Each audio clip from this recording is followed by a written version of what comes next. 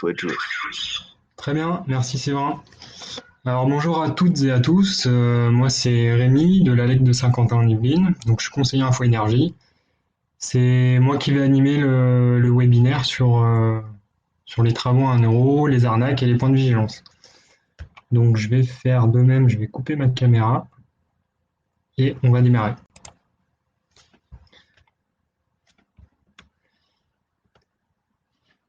Alors, au niveau donc n'hésitez pas encore une fois à poser les questions dans le chat. Mon collègue Séverin va les recenser et on tentera d'y répondre tous les deux. Donc, le webinaire, les travaux à 1 euro, les arnaques et les points de vigilance. Au niveau du déroulé, je vais commencer par une présentation assez rapide des missions de l'ALEC. Ensuite, on va dérouler 2 cas de figure qui pourraient se présenter à vous.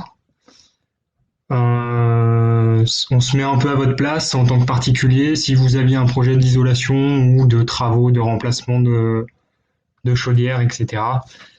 Il y a deux cas qui sont possibles. Soit vous bénéficiez des travaux à 1 euro, soit la deuxième possibilité, c'est vous êtes dans un chemin classique de rénovation, et on va analyser un peu les points positifs, les points négatifs, avantages, inconvénients, et puis surtout les points de vigilance à avoir suivant dans quel parcours vous vous lancez.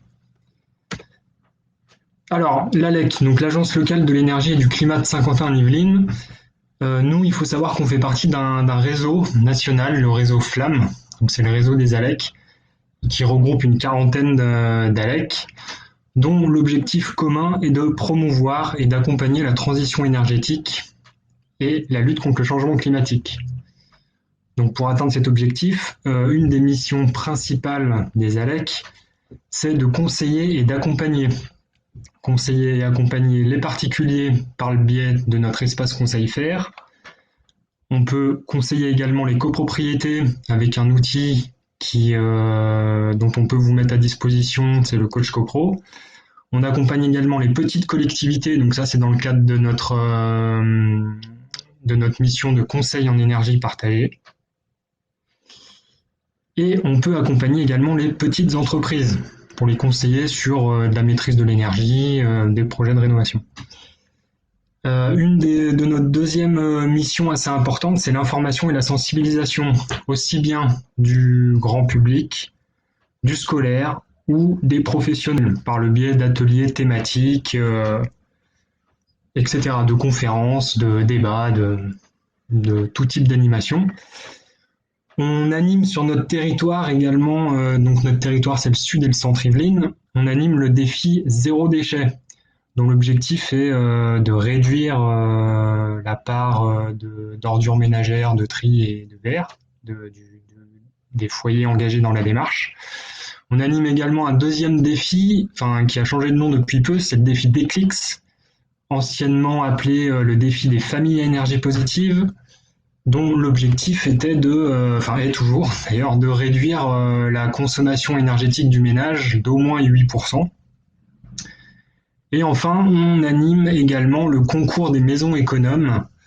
Donc ça, c'est plutôt post-travaux, une fois que vous avez rénové ou une fois que vous avez construit de manière performante votre logement, vous pouvez postuler au concours des maisons économes. Votre candidature va être retenue et passera devant un jury et donc sera analysée, et vous pouvez peut-être décrocher le premier prix, qui sont des vélos électriques. Donc c'est un concours annuel. J'ai fait un petit focus sur le conseil aux particuliers, donc c'est l'espace conseil faire qui est une campagne nationale qui regroupe tous les espaces info-énergie au niveau donc national. Donc l'objectif premier de cet espace conseil, c'est d'accompagner et de conseiller les particuliers qui ont des projets de rénovation ou de construction. Donc c'est du conseil sur les aspects techniques et financiers. Donc technique aussi bien le choix de l'isolant, le choix du système de chauffage, que financier, quelles aides financières peuvent être attribuées à tel ou tel projet. Ce qu'il faut retenir, c'est surtout que le conseil qu'on délivre, hein, il est neutre, gratuit et indépendant. Donc ça, c'est assez important. Je vous ai remis en bas la liste des financeurs. Donc notre plus gros financeur, c'est l'ADEME, l'Agence de l'environnement et de la maîtrise de l'énergie. Il y a la région Île-de-France et il y a également les collectivités locales qui composent notre territoire, donc l'agglo de Saint-Quentin-en-Yvelines, de Rambouillet-Territoire et de Versailles-Grand Parc. Et il y a également le parc naturel de la Haute-Vallée de Chevreuse. Je vous ai fait un dernier petit focus sur la plateforme publique de rénovation de l'habitat Repère Habitat, qui est portée, enfin qui a été créée et qui est portée par l'ALEC de Saint-Quentin-en-Yvelines. Donc cette plateforme, elle est pour les particuliers qui ont un projet de rénovation. Vous pouvez vous inscrire gratuitement sur ce site internet www.repère-habitat.fr. Une fois que vous êtes inscrit, le gros avantage, c'est que quand vous êtes inscrit à cette plateforme, nous, on peut vous proposer un accompagnement plus poussé sur votre projet de rénovation. Et surtout, on va pouvoir vous attribuer un conseiller référent. Du coup, quand vous allez vouloir nous contacter pour analyser des devis, pour telle ou telle question sur les aides financières ou d'un point de vue technique, vous allez avoir un conseiller référent. Donc, ce sera toujours le même conseiller qui vous répondra. Ça facilite un peu les échanges. Le deuxième gros point positif, c'est que on peut, une fois que vous êtes inscrit, on peut vous ouvrir accès aux coordonnées des entreprises qui sont membres de la plateforme, qui cotisent annuellement pour faire partie de la plateforme. Donc on a aussi bien des artisans de l'isolation, toiture, murs, planchers, des installateurs de pompes à chaleur, de chaudières à granulés, de poêles à bois, de solaire, etc. Il y a juste un point à noter, c'est que cette plateforme elle est accessible aux résidents de Saint-Quentin-en-Yvelines, de Versailles-Grand Parc et les résidents qui sont sur le territoire du PNR de la Haute-Vallée de Chevreuse. Voilà. Alors, on va passer dans le vif du sujet, donc les travaux à 1 euro, les arnaques et les points de vigilance à avoir. Alors premièrement, comment est-ce que c'est possible de pouvoir mettre en œuvre des travaux pour 1 euro? Tout ça, c'est basé sur le cumul des dispositifs nationaux d'aide, dont les certificats d'économie d'énergie. Alors ces certificats d'économie d'énergie, ils ont plusieurs termes qui leur sont attribués régulièrement, prime éco-énergie, prime énergie, éco-prime CEE, prime C2E. Tout ça, ça veut dire exactement la même chose, c'est les C2E, les CEE, les certificats d'économie d'énergie. Ce dispositif, il a été mis en place par l'État en 2006 et il a pour objectif de contraindre les fournisseurs et les distributeurs d'énergie à réaliser des économies d'énergie. Ils doivent faire des économies d'énergie aux particuliers, sous peine d'avoir des pénalités, des amendes qui seront en adéquation avec les quotas qu'ils n'ont pas atteints. Alors là, je vous ai remis le principe général des C2E, des certificats d'économie d'énergie. Donc on a 4 acteurs principaux qui sont l'État, les obligés. Donc les obligés, je rappelle, les fournisseurs ou distributeurs d'énergie. Donc en gros, c'est EDF, Engie, Total, Direct Energy, Shell, tous ces gros groupes-là. Donc les 4 acteurs dans ce dispositif, c'est l'État, les obligés, le particulier et les entreprises. L'État, sur la gauche de votre écran, il fixe donc des obligations, des quotas à atteindre pour les obligés. Ces obligés, ils ont 2 possibilités ensuite. Soit ils interviennent en direct avec le particulier, donc c'est-à-dire qu'ils vont les inciter financièrement à réaliser des économies d'énergie, donc à réaliser des travaux de rénovation énergétique. Du coup, ils vont leur verser une certaine prime. Cette prime va leur permettre de financer des travaux. Ils vont faire les travaux. Et ensuite, en contrepartie, ces obligés, ils vont récupérer les factures, les attestations de fin de travaux, sous-entendu les certificats d'économie d'énergie, qui vont pouvoir ensuite redistribuer à l'État pour remplir donc leur quota et ne pas payer de pénalités financières. Ça, c'est la première solution. La deuxième solution, c'est l'obligé, il passe pas en direct avec le particulier, il passe par une entreprise, par un partenaire qui est mandaté pour faire les travaux. Du coup, cette entreprise, elle, pour ramener des certificats d'économie d'énergie à son partenaire, à son obligé, elle va faire du démarchage. Donc, elle va démarcher des particuliers et proposer des offres qui peuvent être alléchantes, comme typiquement des travaux à 1 euro, l'isolation à 1 euro, enfin de la pompe à chaleur à 1 euro, de la chaudière à 1 euro, pour donc réaliser des travaux chez les particuliers. En contrepartie, ils récupèrent les C2E, les certificats d'économie d'énergie, qui vont ensuite verser à leurs partenaires, à leurs obligés, pour qu'eux-mêmes puissent se retourner vers l'État et respecter les quotas. Donc voilà, c'est un peu les deux possibilités qu'on a. Soit l'obligé il passe en direct avec le particulier, soit l'obligé il a un partenaire, une entreprise qui est mandatée pour faire des travaux, qui joue l'intermédiaire entre le particulier et l'obligé. C'est ces deux cas qu'on va étudier un peu plus loin. Je vous ai remis une petite slide sur l'historique des objectifs, des quotas que les obligés ont à atteindre. Ça fonctionne par période, c'est généralement des périodes de 3 ans qui peuvent être prolongées d'une année en fonction de si la majeure partie des obligés ont atteint ou pas leur quota. La première période, elle date donc elle a démarré en 2006, fini en 2010. L'objectif était assez faible, enfin 54 TWh. Alors oui, l'unité de mesure, c'est les TWh ici. Pour vous donner un ordre d'idée, parce que ça ne doit pas être commun pour tout le monde, le TWh, la production énergétique française annuelle, elle est aux alentours de 500 TWh. Vous, ce que vous consommez, c'est plutôt du kilowattheure. 1000 kWh, c'est égal à 1 MWh. 1000 MWh, c'est égal à 1 GWh. Et 1000 GWh, c'est égal à 1 TWh. Donc là, on parle de quantité d'énergie colossale. Donc voilà, première période, on est sur 54 TWh. La deuxième période, 2011-2014, on passe à 465 TWh. Troisième période, on est sur 850 TWh. Et là, à l'heure actuelle, on est dans la quatrième période, 2018-2021, où on a un quota qui est de 2133 TWh à atteindre.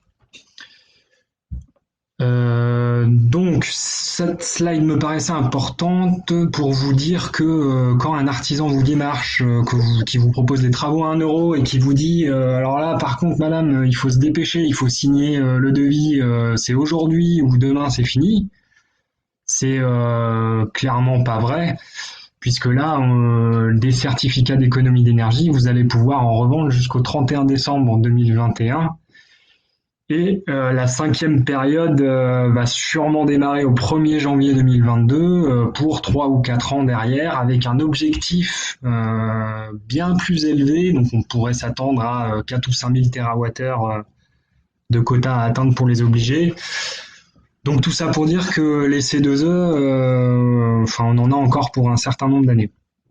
Donc vous allez pouvoir en revaloriser, en revendre pendant un certain nombre d'années.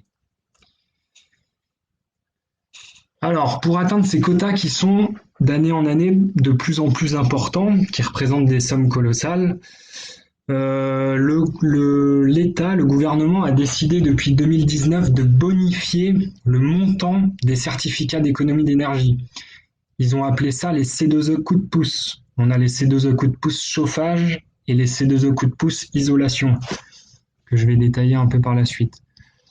Cette bonification, elle est sous condition de ressources. Alors attention avec sous condition de ressources, c'est pas parce que vous êtes au-dessus des plafonds annoncés là dans le tableau que vous n'y avez pas droit. C'est juste que la bonification est bien plus importante quand vous êtes en dessous de ces plafonds.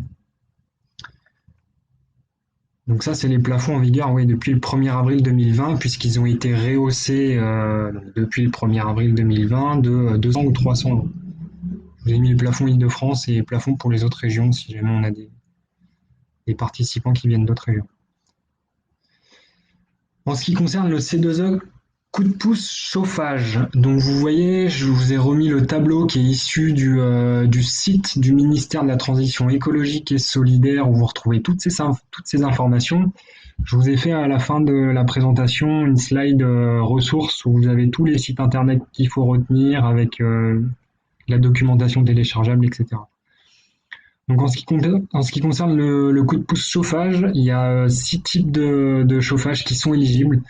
Les chaudières biomasse performantes, sous-entendu bois bûche ou granulé, les pompes à chaleur RO ou OO, les systèmes solaires combinés, donc chauffage solaire, les pompes à chaleur hybrides, le raccordement à un réseau de chaleur ENR ou de récupération, bon je vous l'ai mis mais c'est très anecdotique, et les chaudières au gaz à très haute performance énergétique. Donc ensuite les deux lignes du dessous, donc c'est la différenciation entre les ménages modestes en dessous du plafond et les autres ménages, ceux qui sont au-dessus du plafond. Vous voyez que pour les modestes, la prime elle va de 700 € à 4 000 €. Il faut savoir que cette somme annoncée, par exemple à la première chaudière au bois, 4 000 € pour les modestes, c'est 4 000 € au minimum. Certains obligés vous proposent 4100, 4200, 4500, voire 5000 €. Ça dépend où est-ce qu'ils en sont dans leur cas, s'ils sont plutôt en avance, plutôt en retard ou plutôt bien. Donc ça, c'est des valeurs minimales. Donc, quelles sont les conditions pour en bénéficier? Ce certificat d'économie d'énergie coup de pouce, il est ouvert à tous les ménages, que vous soyez propriétaire, occupant, bailleur ou locataire. Par contre, il faut que vous possédiez une chaudière à charbon ou une chaudière à gaz ou une chaudière à fioul, mais qu'elle ne soit pas à condensation. On ne remplace pas de la chaudière à condensation, on part de la chaudière à condensation. Enfin, en tout cas, c'est pas éligible. Le matériel posé doit respecter des critères techniques. Donc, en ce qui concerne le chauffage, il faut que l'efficacité énergétique saisonnière ou l'état, en gros c'est le rendement de la chaudière, doit figurer sur le devis et sur la facture pour justifier pour justifier, c'est un critère obligatoire qui doit figurer sur la facture. Avant-dernière condition, il faut choisir un obligé qui a signé donc la charte C2E coup de pouce chauffage ou une entreprise mandatée par un obligé qui peut vous proposer potentiellement une offre à 1 €. Et enfin, la dernière condition, il faut que l'artisan qui intervienne soit agréé RGE, donc ça j'imagine que vous en avez entendu, reconnu garant de l'environnement. Ça fait quelques années que c'est obligatoire. Alors, en parlant de RGE, je vous ai fait un petit laïus là-dessus. Ça, c'est un certificat RGE. Donc, la partie grisée, c'est j'ai grisé ces parties-là parce que c'est le certificat d'une entreprise. Donc, pour pas forcément lui faire de pub et mettre toutes ces informations-là. Ce certificat, il faut obligatoirement que vous le demandiez. Soit vous pouvez le demander à l'entreprise et elle est dans l'obligation de vous le donner. Soit vous pouvez le télécharger sur le site fer.gouv.fr, www.fer.gouv.fr. Je vous l'ai encore une fois mis en fin de diapo en fin de présentation dans la doc ressources.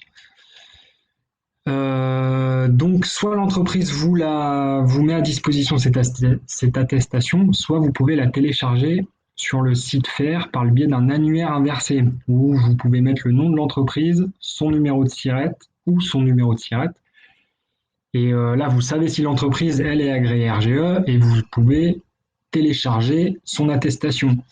Ce qui va être important sur cette attestation, il y a 2 choses à bien vérifier. C'est la période de validité de l'attestation. Donc là, vous voyez que celle-là, en l'occurrence, elle est valable jusqu'au 8 mars 2021. Ok, pas de problème, j'ai signé mon devis là, le professionnel, pardon, va faire les travaux cet été. Normalement, tout va bien. Il faut bien vérifier que la date, elle est postérieure à la date de facturation des travaux. deuxième chose à vérifier, c'est en dessous, c'est le domaine RGE des travaux couverts. Donc là, on voit pas très bien, mais cette entreprise, les domaines RGE qui sont couverts, c'est fenêtres, isolation du toit et l'isolation des murs et des planchers bas, je crois de mémoire. Donc cette entreprise-là, elle est, si vous envisagez de l'isolation de combles perdus, par exemple, elle est couverte pour les types de travaux que vous avez, que vous souhaitez engager. Donc tout va bien. Si vous voulez faire du remplacement de l'installation de chaudières à granulés ou de pompes à chaleur, typiquement, elle n'est pas couverte pour ces types de travaux-là. Donc si elle vous a proposé un devis là-dessus, il vous vaudrait mieux changer. Demander un devis à une autre société. Donc voilà, ça c'est très important. Certificat RGE. Alors, je vous ai parlé des C2E coup de pouce chauffage. La deuxième thématique encouragée par le gouvernement, c'est l'isolation. Donc, c'est les C2E coup de pouce isolation. On parle soit d'isolation des combles et toitures, donc isolation des combles perdus et toitures aménagées, donc des rampants, soit l'isolation de plancher bas. Donc vous voyez, pour les ménages modestes, on est à 20 € par mètre carré d'isolant posé pour l'isolation des combles et la toiture, et l'isolation de plancher bas, on est plutôt à 30 € par mètre carré d'isolant posé. Encore une fois, c'est des valeurs seuil minimal. Donc certains obligés vous proposent non pas 20 € par mètre carré, mais plutôt 21, 22, 23, 25, 26 € du mètre carré. Donc c'est intéressant de comparer les primes. Ce qu'il faut savoir, c'est que depuis fin mars 2020, il y a un arrêté qui est paru qui apporte des informations assez intéressantes. Alors, notamment sur le fait que l'isolation des planchers bas, enfin le financement de l'isolation des planchers bas va être diminué, puisque ça va s'établir sur la même somme que l'isolation des combles perdus. Donc, on part sur 20 € par mètre carré d'isolant posé pour les modestes et 10 € au minimum par mètre carré d'isolant posé pour les autres ménages. Donc ça va être effectif à partir du 1er septembre 2020.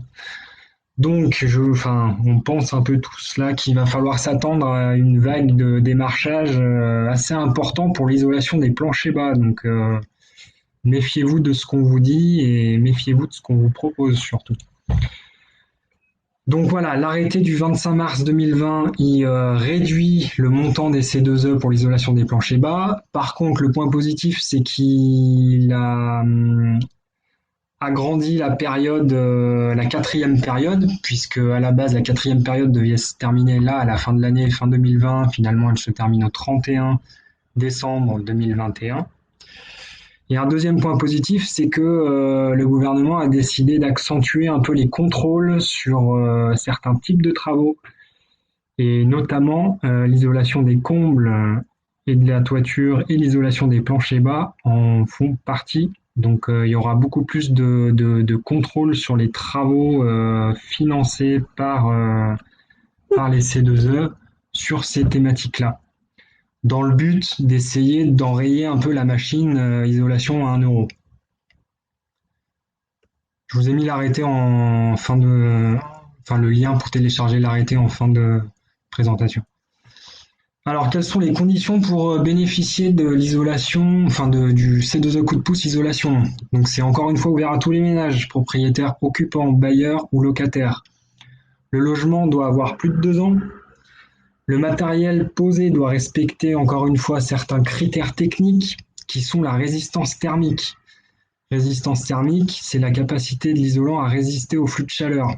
Plus cette valeur, plus ce R en mètre carré Kelvin par watt est élevé, plus votre performance sera importante.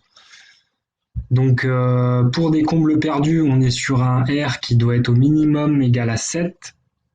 Pour des rampants de toiture, donc des combles aménagés, le R doit à minima correspondre à une valeur de 6. Et pour l'isolation de plancher bas, c'est un R supérieur ou égal à 3. Quatrième condition pour en bénéficier, il faut encore une fois choisir un obligé qui a signé la charte C2E coup de pouce isolation ou une entreprise mandatée par un obligé, donc une offre à 1 euro. Et l'artisan doit encore une fois être agréé RGE, reconnu garant de l'environnement. Donc encore une fois, pensez bien à demander son attestation son certificat RGE.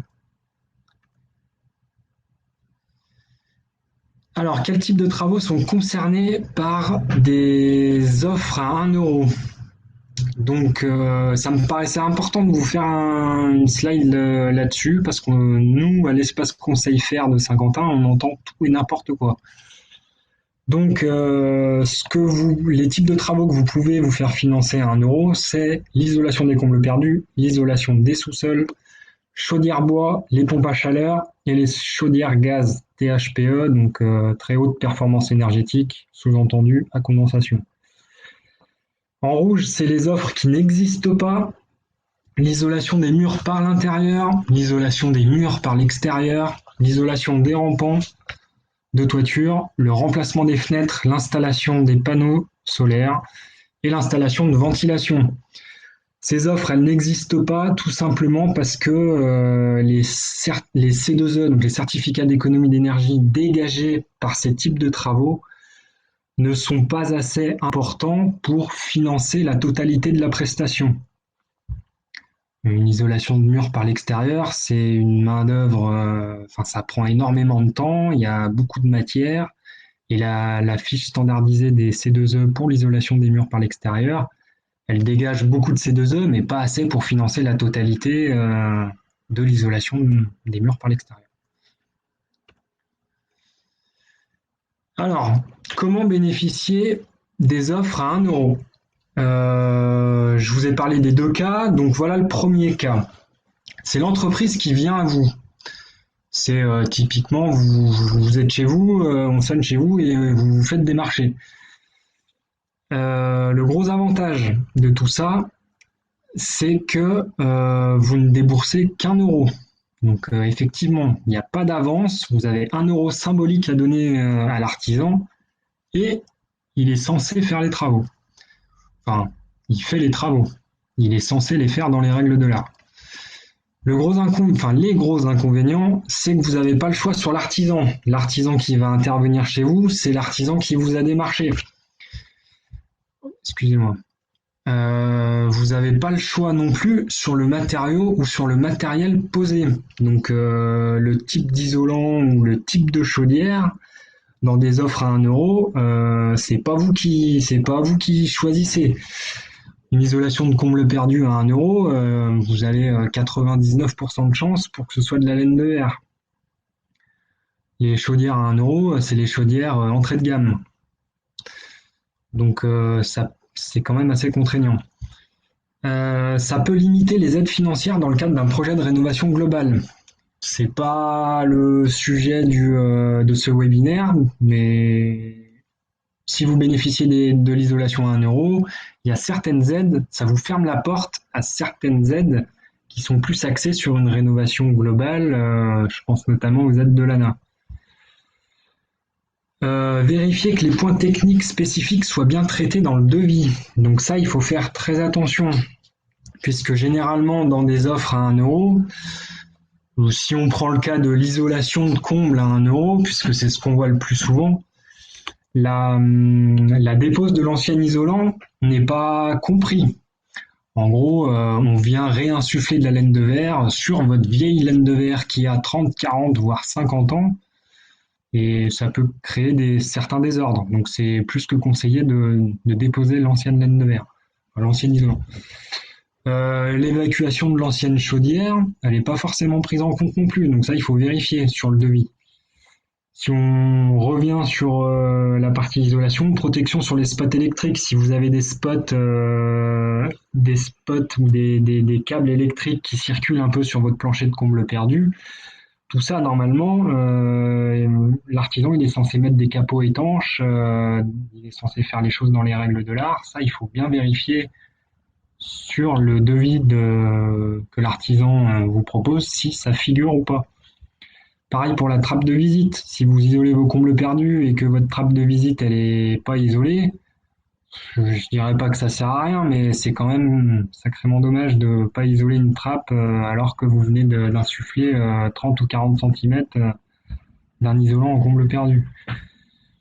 L'étanchéité à l'air, est-ce qu'elle est traitée ou pas? Est-ce que la pose d'une membrane par ou frein vapeur est comprise dans la prestation qui est obligatoire si vous avez un plancher bois, pour rappel. Si vous avez une VMC qui traîne sur votre plancher de comble perdu, est-ce que cette VMC elle va être noyée sous l'isolant ou est-ce qu'elle va être surélevée, attachée à la charpente avec uniquement les gaines qui sont noyées dans l'isolant? Les distances de sécurité avec un conduit d'évacuation des fumées. Donc, si vous avez un conduit d'évacuation des fumées qui traverse votre plancher de comble perdu, tout ça doit être isolé avec un isolant à incombustible, qui est généralement de la laine de roche. Est-ce que ça va être traité de cette manière-là, ou est-ce que l'artisan, il va venir isoler avec sa laine de verre de partout, et notamment le conduit d'évacuation des fumées? Donc tout ça, c'est des points spécifiques qu'il faut bien vérifier sur votre devis et qu'il faut d'autant plus vérifier si c'est une isolation à 1 euro. Puisque pour isoler des combles à 1 euro, il faut qu'il y ait une superficie qui soit assez importante. Il faut qu'il y ait plusieurs chantiers sur une même localisation géographique. Et il faut que d'un point de vue technique, l'isolation, elle se fasse le plus rapidement possible. Enfin, il ne faut pas que ce soit compliqué d'un point de vue technique et il faut que ça se fasse le plus rapidement possible. En gros, c'est comme ça que l'isolation à 1 euro peut exister. Hein. C'est que d'un point de vue géographique, on peut regrouper 3, 4 ou 5 chantiers si on a un peu de chance, passer 1 heure et demie sur chaque chantier. Et par contre, s'il faut y passer 2 heures, 2 heures et demie ou 3 heures, ce ne sera pas possible. C'est pour ça que ça s'est vu de retrouver des panneaux des rouleaux de laine de verre dans des combles d'une petite mamie de 80 ans. Les rouleaux, ils n'avaient même pas été déroulés, ils avaient juste été posés sur le plancher. Donc, il faut faire très attention à ce qu'on vous propose. Alors, les points. Tu m'entends? Oui, On a déjà quelques questions sur la slide précédente et je pense que ça peut être intéressant d'y répondre maintenant. oui. Alors, on a notamment donc d'abord deux questions d'Isabelle qui sont pourquoi ne peut-on pas choisir l'artisan dans ce premier cas et pourquoi ne peut-on pas choisir le matériau non plus? Là, Alors, on peut pas. Pourquoi est-ce qu'on ne peut pas choisir l'artisan et le matériau? Parce que généralement, quand on vous propose une isolation à 1 euro, c'est que l'équipe qui va intervenir, c'est l'équipe qui est dans le camion, prêt à dégainer la machine et à vous faire l'isolation dans la foulée. L'isolant, il est déjà dans le camion, hein, je vous rassure. Si vous lui demandez un devis avec de la ouate de cellulose ou de la fibre de bois, alors il va peut-être pouvoir vous faire un devis, mais par contre, ce sera plus une isolation à 1 euro là. Il y aura forcément un surcoût. très bien. Et on a une deuxième question d'Héloïse qui est comment s'assurer que l'artisan fait du bon travail? Des recommandations existent-elles et des évaluations d'autres clients éventuellement? Alors, ouais, alors ça, on sait bien que c'est compliqué, c'est très compliqué. La meilleure solution que moi je conseille généralement, ça reste le bouche à oreille des voisins qui sont super contents des artisans qu'ils ont fait intervenir chez eux. Pour moi, ça reste la solution à privilégier. Après, vous pouvez aussi demander à ce que l'artisan vous fasse visiter des chantiers déjà réalisés chez certains clients.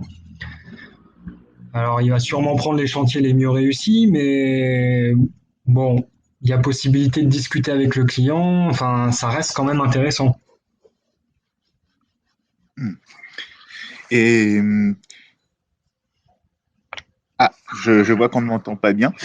Peut-être qu'on m'entend mieux comme ça. Et par exemple, est-ce qu'il existe de la documentation, des choses comme ça qui pourrait résumer un petit peu les points de vigilance pour le On en a, particulier? j'en ai dans la slide ressources en fin de diapo.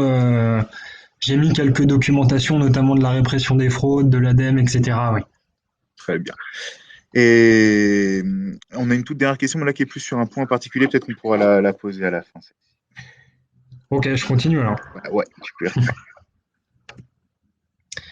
Alors, les points de vigilance. Tout d'abord, méfiez-vous des entreprises, pardon, qui font du démarchage téléphonique ou à domicile et surtout qui se prétendent organismes publics. Il faut savoir que ni l'ADEME, ni l'ANA, ni les ministères, et encore moins les espaces conseils faire comme nous, ont fait du démarchage commercial. Donc si quelqu'un vient taper à votre porte et vous propose une prestation, pourquoi pas, mais méfiez-vous quand même. Méfiez-vous et analysez bien ce qu'on vous propose. C'est pour ça que le deuxième point de vigilance, prenez le temps de la réflexion et de la comparaison. Si quelqu'un tape à votre porte et qui vous propose quelque chose, qui vous sort le stylo dans la foulée, prêt à dégainer, je disais tout à l'heure, la machine à isoler qui est dans le camion, là, concrètement, prenez le temps de la réflexion, attendez, posez-vous et surtout demandez d'autres devis à d'autres artisans pour pouvoir comparer, tout simplement. Comparer d'une les prestations qui vous sont proposées et de deux les matériaux, le matériel qu'on vous propose. Nous aussi, d'ailleurs, on peut vous aider à analyser des devis. Hein. J'y reviendrai par la suite. Vérifiez bien que l'entreprise sélectionnée est labellisée RGE, reconnue garant de l'environnement, donc par le biais du site fer.fr ou en leur demandant tout simplement l'attestation RGE. Une visite gratuite préalable à l'établissement du devis est obligatoire. Alors effectivement, cette visite, elle est gratuite, mais elle est surtout très importante parce qu'elle permet de mettre en avant les différents points techniques spécifiques dont on parlait tout à l'heure. Donc à savoir si vos combles elles sont accessibles, est-ce qu'il faut passer par l'intérieur ou par l'extérieur, la superficie, est-ce qu'elles sont séparées par un mur porteur, enfin présence ou pas d'un conduit de fumée isolé. Voilà, toutes ces dispositions-là, elles doivent être prises et analysées pendant la visite technique. Et d'ailleurs, cette visite technique, la date de la visite doit figurer sur le devis et sur la facture.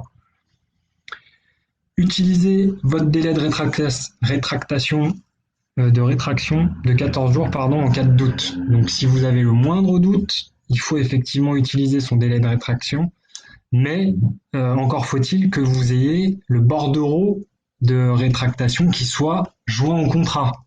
Donc ça, c'est à vérifier également dans les documents que vous signez. Est-ce que vous en avez un ou pas de bordereau? Voilà.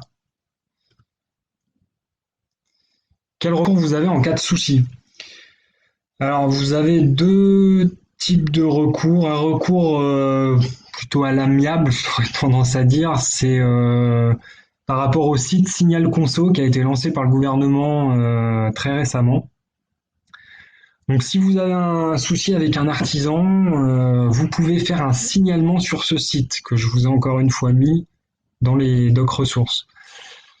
Donc, vous pouvez faire un signalement sur le site Signal Conso. L'entreprise, elle sera prévenue et elle pourra surtout réparer les dégâts ou venir gérer le litige. Si l'entreprise ne bouge pas et n'intervient pas, il y a la répression des fraudes qui intervient. La deuxième option, qui est un peu plus radicale, c'est que vous pouvez contacter directement les DDP ou DDCSPP, Direction départementale de la protection de la population. Et quand vous avez CS, c'est cohésion sociale, ça dépend des départements. Donc sur le lien là, vous avez la liste des coordonnées des DDP ou des DCSPP à contacter directement. Donc là, vous faites un signalement directement auprès de la répression des fraudes en quelque sorte. Il faut savoir que pour que les demandes elles soient traitées plus rapidement, vous devez contacter la DDPP, où se trouve le siège de l'entreprise qui est concernée par le litige, et non pas votre lieu de résidence à vous. Donc, si vous habitez dans le 78 et que la société elle est située dans le 95, ce sera la DDPP du 95 qu'il faudra solliciter. Alors, le dernier recours que vous avez, donc là, c'est plus par solidarité, entre guillemets, pour éviter que d'autres gens puissent se faire avoir.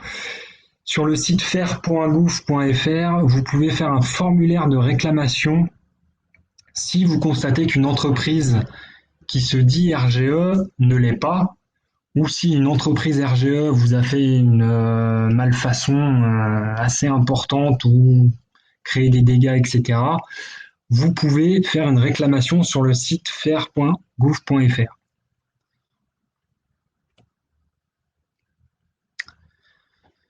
Donc voilà, ça c'était pour le cas numéro 1. Le cas numéro 2, c'est vous qui contactez une entreprise. C'est vous qui allez voir les entreprises et qui leur demandez des devis. Vous êtes beaucoup plus acteur de votre projet. Ce schéma, je l'ai trouvé pas mal. Il y a tout dessus. Donc on va commencer par le lire par la gauche, de la gauche à la droite. Ce qu'il faut faire en priorité, donc c'est le cheminement vraiment du projet à avoir. Ce qu'il faut faire en priorité, c'est vérifier les conditions d'éligibilité à la prime C2E coup de pouce. Donc par le biais des plafonds de ressources que vous retrouvez là. Sélectionnez ensuite les types de travaux que vous envisagez. Une fois que tout ça c'est fait, il faut sélectionner les entreprises RGE en leur demandant encore une fois le certificat RGE et en vérifiant bien la durée de validité et quels domaines de travaux sont couverts par le RGE. Ensuite, la troisième chose à faire, c'est donc de centraliser les devis et de les analyser en vérifiant le taux de TVA, en vérifiant si la visite technique, la date de la visite technique, elle est bien notifiée, en analysant les critères techniques, quel type de matériel on vous propose. Ça, vous pouvez très bien prendre, une fois que vous avez reçu tous vos devis, vous pouvez très bien prendre rendez-vous avec nous et on peut analyser les devis avec vous pendant l'une de nos nombreuses permanences. On verra à la fin du diapo. Donc, on analyse les devis. Ensuite, la quatrième chose à faire, c'est de demander les C2E coup de pouce. Donc là, il y a deux possibilités. La demande des C2E coup de pouce, ça va dépendre de quelle entreprise vous avez fait intervenir. Est-ce que cette entreprise, elle est déjà partenaire d'un obligé? Il y a des entreprises qui sont partenaires EDF, partenaires Engie, etc. Du coup, ça c'est la solution la plus simple, puisque en gros, là vous aurez strictement rien à faire, puisque c'est l'entreprise qui va vous revaloriser vos certificats d'économie d'énergie directement pour vous. Donc en gros, elle va vous défalquer le montant de l'aide directement sur votre facture. Donc là, il n'y a strictement rien à faire. Les C2E, ensuite, l'entreprise, elle les donne à son partenaire, à l'obligé, qui va ensuite pouvoir lui-même se retourner auprès de l'État pour remplir ses quotas. Ça, c'est l'option la plus simple. La deuxième option, c'est que vous faites intervenir, donc par le biais du bouche à oreille, votre voisin il vous a conseillé l'artisan du coin qui n'est partenaire de rien du tout, mais par contre qui fait du très bon travail. Et en plus, il est RGE. Ok, tout va bien. Donc dans ces cas-là, c'est à vous de faire la demande sur les sites, et notamment sur le site du gouvernement, du ministère de la Transition écologique et solidaire, où vous trouvez une liste des obligés que vous pouvez contacter et vous pouvez analyser les différentes offres proposées par ces obligés. Donc c'est ça qu'il faut faire, c'est une demande en ligne. Vous comparez un peu combien vous propose EDF, Total, Direct Energy, Shell, etc. Une fois que vous avez sélectionné l'obligé, la prime qui vous intéresse, vous pouvez donc signer le devis, mais avant, il faut que vous ayez reçu accord de l'obligé qui s'engage à racheter vos certificats d'économie d'énergie pour tant d'euros. Donc ça peut être un mail de confirmation, une lettre d'engagement, enfin, ça dépend un peu des obligés, mais il faut absolument avoir une confirmation de l'obligé qui vous dit OK, moi, EDF, je m'engage à racheter vos temps de C2E pour tant d'euros. Une fois que vous avez ça, vous signez le devis, vous engagez les travaux, et à la fin des travaux, vous retournez tous les documents justificatifs demandés à l'obligé pour recevoir la prime. Donc ça peut prendre 1, 2, 3, 4 mois. Ça dépend. Donc on en vient à la slide suivante. Quels sont les avantages et les inconvénients? L'avantage, c'est que vous avez le choix de l'artisan. C'est vous qui avez choisi l'artisan qui allait, enfin qui va intervenir chez vous. Vous avez également le choix du matériau ou du matériel. Si lui, il vous proposait de la laine de verre ou de la laine de roche et que vous vouliez de la fibre de bois ou de la ouate, bah, du coup, il peut vous faire un nouveau devis et vous pouvez avoir ces matériaux-là. Le cumul est possible avec les autres aides financières dans le cadre d'une rénovation globale, donc ce dont on parlait tout à l'heure, là c'est possible. Et surtout, vous prenez votre projet de rénovation en main. C'est vous qui êtes acteur, c'est vous qui démarchez, c'est vous qui choisissez. Et on peut vous aider là-dedans, on peut vous épauler. Les inconvénients, par contre, c'est que ça coûte plus cher. Vous me direz, enfin, c'est difficilement mieux que de faire une offre à 1 euro. Enfin, ce serait une offre à 0 € qui serait mieux, mais bon. Donc oui, ça coûte plus cher. Et le deuxième inconvénient, c'est que vous obtenez les aides après la réalisation de votre projet de rénovation. Donc il faut que vous ayez une capacité de financement. Après, c'est pas l'objectif, hein, c'est pas la thématique de ce webinaire, mais il y a d'autres aides, notamment des éco-prêts à taux zéro qui peuvent être mobilisés et qui peuvent vous aider à avoir cette capacité d'investir et de rénover. Sachant que les conditions ont également été assouplies de l'éco-prêt à taux zéro. Donc, il y a d'autres aides qui sont mobilisables en tout cas. Les points de vigilance, donc c'est pas parce que c'est pas une offre à 1 € qu'il faut pas prendre le temps de la réflexion et de la comparaison, hein. Enfin, nous, on conseille toujours de faire au minimum 2, 3, 4 devis et puis de comparer tout ça, hein. Encore une fois, vérifier que l'entreprise sélectionnée elle est bien labellisée RGE. Et en cas de doute, vous pouvez nous contacter pour vous aider à analyser tous les devis que vous avez reçus. Donc ça, il n'y a pas de problème, vous pouvez nous contacter. La slide avec les ressources et les différents sites, elle est là. Donc en premier, je vous ai mis l'arrêté du 25 mars 2020 par rapport au C2E coup de pouce isolation et chauffage, le prolongement. Je vous ai mis une fiche pratique de la DGCCRF, Direction générale de la consommation et de la concurrence et de la répression des fraudes. 2 guides pratiques de l'ADEME. Le site internet du ministère de la Transition écologique et solidaire qui détaille le dispositif des C2E coup de pouce. Donc vous avez énormément d'informations sur ce site internet. C'est sur celui-là qu'il faut se rendre. Trouver un professionnel RGE sur l'annuaire FR. Et enfin, le site du gouvernement, Signal Conso, en cas de souci. Alors là, je vous ai remis, donc vous avez notre numéro de téléphone, notre mail, en cas de question. En ce moment, j'aurais tendance à vous dire, envoyez des mails, on est plus réactif par mail. Notre permanence du lundi au vendredi à Montigny-le-Bretonneux, donc nous on est dans la gare de Saint-Quentin en Yvelines. Je vous cache pas qu'en ce moment on privilégie les visios et les rendez-vous téléphoniques, mais on a également des permanences délocalisées qui sont à Versailles, donc c'est tous les mercredis, à Rambouillet les lundis et vendredis, et au Ménil-Saint-Denis les jeudis. Alors elles n'ont pas reprise tout de suite là les permanences. On est un peu en pourparlers avec nos financeurs pour voir à partir de quand on peut réouvrir les permanences. Donc contactez-nous par mail, on s'arrangera toujours. Et voilà, on va peut-être passer aux questions-réponses, c'est vrai? Eh ben, merci beaucoup, Rémi, hein, c'était très intéressant.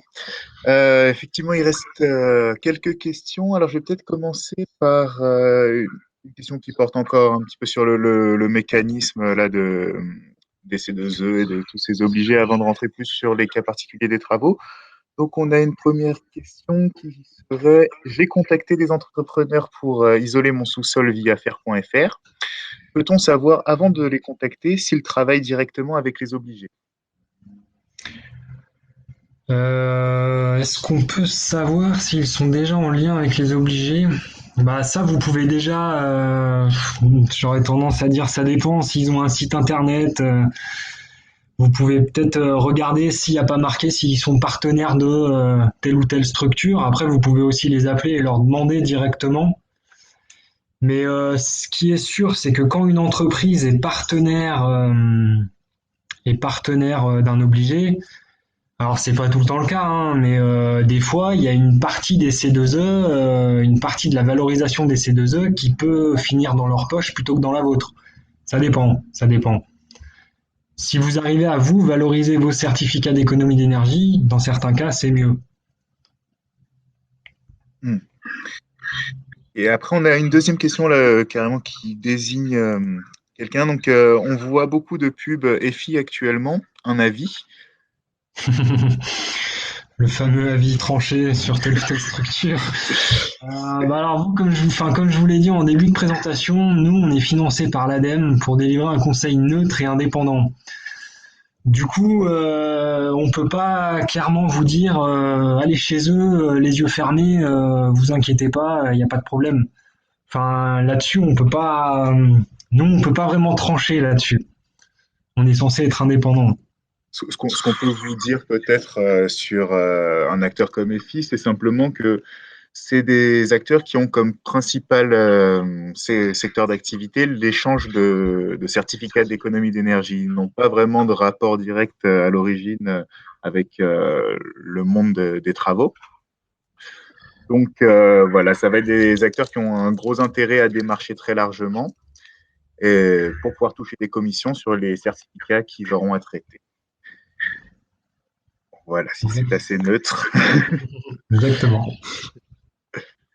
Donc ensuite, on avait trois questions là qui concernent un petit peu des cas particuliers de travaux, donc travaux d'isolation. On a Héloïse qui nous demande, peut-on isoler les murs intérieurs d'un garage? C'est un sous-sol, mur plus plafond, ça rentre dans l'isolation à 1 euro, pour l'interrogation. Donc, peut-on isoler les murs et le plafond Alors le plafond. avec une isolation intérieure, voilà, à 1 euro. Ouais, d'accord. Et Le j'ai une plafond. deuxième question, peut-être dans la foulée, comme ça tu pourras intégrer dans Ouais. l'explication. Le plancher haut des combles aménagés peut-il bénéficier de l'offre à 1 euro? Plancher haut des combles aménagés. Ouais, alors attendez, je vais déjà répondre à la première question.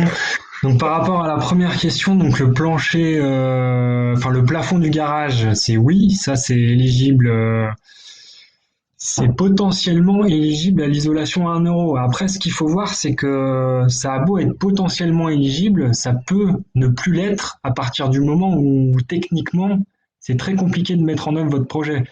Peut-être que votre plafond de garage, donc c'est un plafond de garage, donc il est éligible à l'isolation à 1 euro.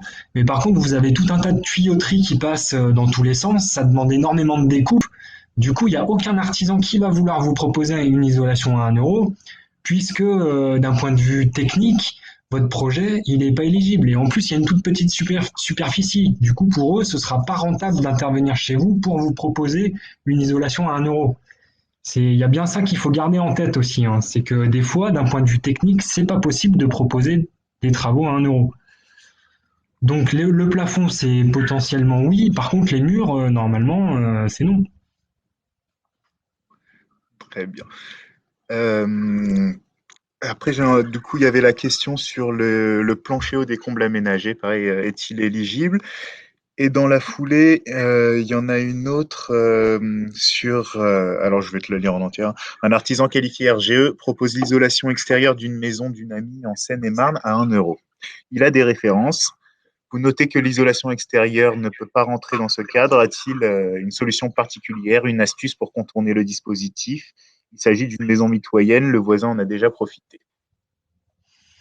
Bah écoutez, je suis curieux d'avoir ses coordonnées pour aller voir, hein, parce que moi j'imagine qu'il vous met l'isolation et qu'il n'y a pas de finition, hein. Enfin, je sais pas. Moi j'ai jamais vu une isolation par l'extérieur à 1 euro. Donc si vous me dites que le voisin il en a bénéficié, bah écoutez, peut-être, hein, bah, redonnez-nous vos coordonnées et on se rapprochera de vous pour aller voir le chantier ensemble à la limite, hein. Mais et par rapport au plafond des combles aménagés, donc un plafond de combles aménagés, enfin, pour moi, c'est quoi? C'est des combles. Enfin, il faut voir ce que vous entendez par plafond de combles aménagés, parce que si c'est des rampants, enfin, je sais pas si c'est des rampants ou si c'est des combles perdus, du coup, je Bon, comprends pas trop. bon, si on est dans le cas particulier, peut-être que ça vaut le coup de voir ça plutôt en rendez-vous Je directement. pense que c'est mieux, ouais. Très bien. Alors, j'avais noté quelques autres questions. Euh, alors, du coup, on a deux personnes qui rebondissent sur leurs questions précédentes, qui étaient euh, Héloïse, qui avait posé la question sur le garage, donc qui demande est-ce qu'en gros, on recommande plutôt de gérer le projet de A à Z et de traiter directement avec les obligés. Et on a Yannick qui rebondit sur la question par rapport à FI et qui demande peut-on enchaîner plusieurs projets à 1 euro sans condition de délai? Donc, par exemple, une chaudière biomasse, puis ensuite l'isolation des planchers bas, etc. Ouais, ouais, ça c'est possible. C'est possible de faire une chaudière à 1 euro, plus une isolation de comble à 1 euro, ouais, tout à fait, ouais. À On n'est partir pas du moment où c'est pas la même thématique de travaux, quoi. d'accord. Ouais. Donc, c'est pas comme avec le crédit d'impôt, on n'a pas besoin d'attendre 5 ans. Très bien. Et donc, par rapport à la demande d'Héloïse pour savoir s'il est préférable de traiter directement avec les obligés pour mieux gérer son projet. Ouais. Bah, Euh, ça après c'est très simple, hein, parce que d'un point de vue technique, il suffit juste de faire sa demande sur le site alors attendez, sur le site du gouvernement www.écologique-solidaire.gouv.fr où vous avez une liste d'obligés et du coup vous pouvez soit leur faire une demande par téléphone, soit par mail, vous leur demandez le montant de la prime qu'ils vous proposent, vous faites ça pour 3, 4, allez peut-être 5 obligés et ensuite vous comparez les montants qu'on vous propose et du coup vous êtes en direct avec l'obligé et c'est assez court, assez simple. donc, c'est préférable. Et une dernière question d'Isabelle encore. Peut-on avoir des conseils sur la qualité de matériaux à utiliser en contractant nous-mêmes, pardon, nous-mêmes un intervenant sans forcément passer par le 1 euro?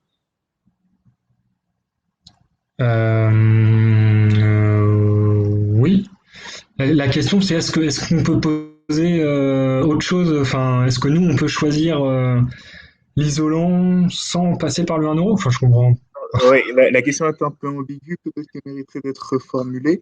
En tout cas, moi, de ce que j'en comprends comme ça, c'est plutôt est-ce qu'on peut se fier à l'intervenant qui viendra exécuter les travaux pour tout ce qui va être conseil sur la qualité des matériaux employés.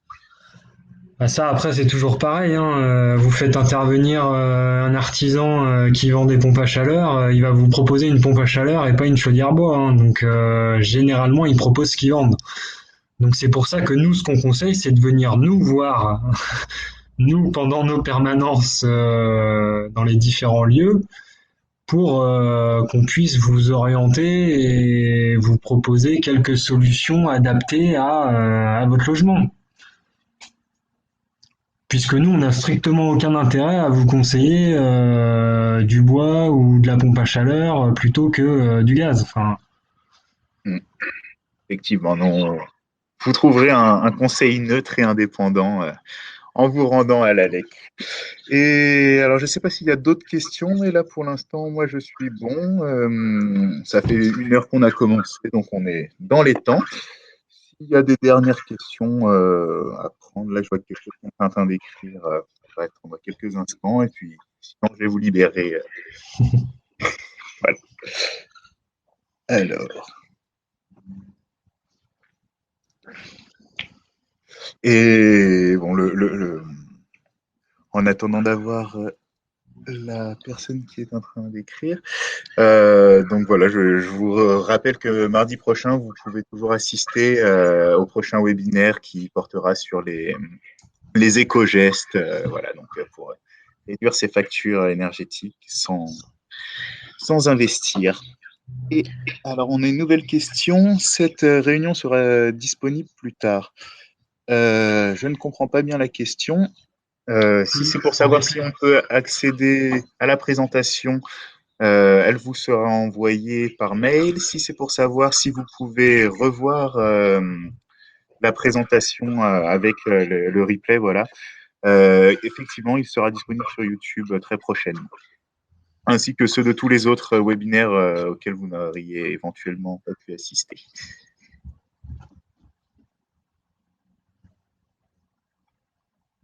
Alors, j'attends toujours cette question. Peut-être que si elle n'est pas là dans 1 minute, on va s'arrêter. Juste, je reviens juste sur le fait que tu disais qu'on c'est préférable de passer par un obligé directement. J'aurais tendance à dire oui, c'est bien de passer par un objet directement. Après, faut pas dire ce qu'on n'a pas dit. Il y a en passant par des artisans, en la revalorisation des certificats d'économie d'énergie faite par des artisans à votre place. Dans certains cas, c'est assez pratique parce que vous, ça vous permet de faire zéro démarche. Si vous n'avez pas envie de vous prendre la tête, ça peut être une bonne solution aussi, hein. Il y a pas mal d'artisans qui prennent finalement pas de com sur la revalorisation des certificats d'économie d'énergie. Ça dépend. Tout comme il y a des travaux à 1 euro qui sont très bien mis en œuvre, hein. Enfin, nous, on a des retours de certains particuliers qui nous disent, moi, j'ai fait isoler mes combles pour 1 euro, j'en suis très content. Donc, ça dépend, quoi. Ça dépend. Ouais. Donc, on ne jette pas le bébé avec l'eau du bain, ouais, effectivement. Exactement. Il y a juste plus de points de vigilance à avoir. C'est ça qu'il faut vraiment retenir.